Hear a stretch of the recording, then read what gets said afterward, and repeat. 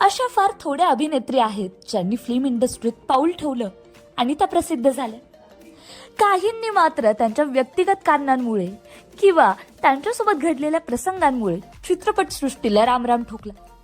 अशीच एक अभिनेत्री जिची फिल्म इंडस्ट्रीमध्ये एंट्री तर जबरदस्त झाली, पण एका चित्रपटाने तिचं करिअर फार संपुष्टात आणलं. कोण आहे ही अभिनेत्री, चला जाणून घेऊया. तर ती अभिनेत्री म्हणजे आयशा जुल्का. आयशा जुल्का हिने अनेक सुपरस्टारांसोबत काम केलं आणि हिट चित्रपट दिले. तिच्या सौंदर्याचे चाहते घायल होते. 1991 मध्ये कुर्बानी चित्रपटातून या अभिनेत्रीने आपल्या कारकिर्दीची सुरुवात केली. 90च्या दशकातील टॉपच्या हिरोईन्सच्या यादीत तिचा समावेश होता. जो जीता वही सिकंदर, खिलाडी या चित्रपटांमुळे ती जास्त प्रसिद्ध झाली. मात्र मिथुन चक्रवर्ती सोबतच्या चित्रपटाने तिचं करिअर फार संपुष्टात आणलं.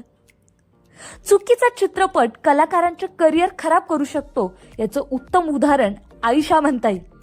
1993 मध्ये मिथुन चक्रवर्तीचा दलाल चित्रपट प्रदर्शित झाला होता, ज्यामध्ये आयशा जुल्का देखील होती.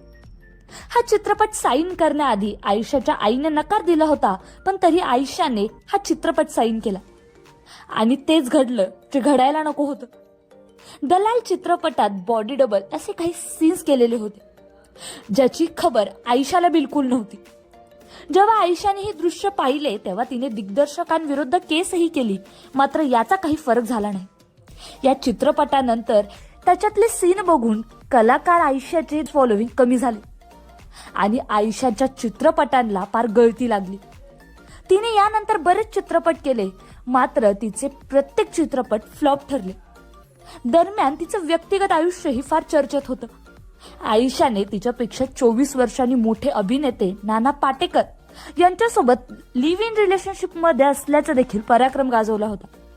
मात्र त्यांचं नातं लग्नापर्यंत पोहोचू शकलं नाही. याशिवाय तिचं नाव अक्षय आणि सलमान खान सोबत देखील जोडलं गेलं होतं.